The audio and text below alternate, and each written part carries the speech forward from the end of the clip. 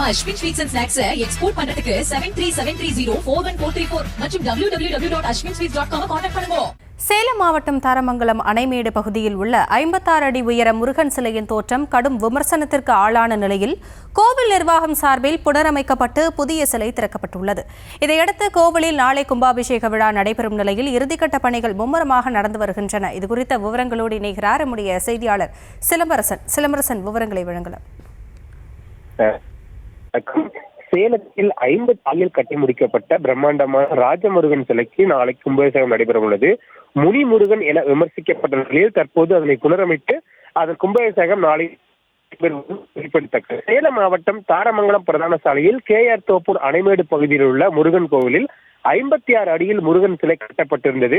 அப்போது கட்டப்பட்ட முருகன் சிலை முனியப்பன் போன்ற தோற்றத்தில் இருப்பதாக இணையதளத்தில் மற்றும் சமூக வலைதளங்களில் கடும் விமர்சனத்திற்கு உள்ளாக நிலையில் கோவில் நிர்வாகத்தினர் அந்த சிலையை புனரமைக்கும் பணியில் ஈடுபட்டு தற்போது ராஜமுருகன் சிலை தத்ரூபமாக 56 அடியில் அமைக்கப்பட்டு தற்போது கும்பாபிஷேகம் நடைபெற உள்ளது.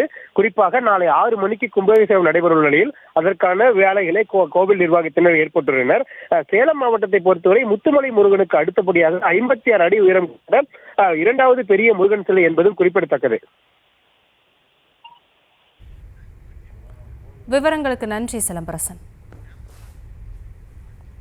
நம்ம Ashwin sweets and snacks export பண்றதுக்கு 7373041434 மற்றும் www.ashwinsweets.com கான்டாக்ட் பண்ணுங்க.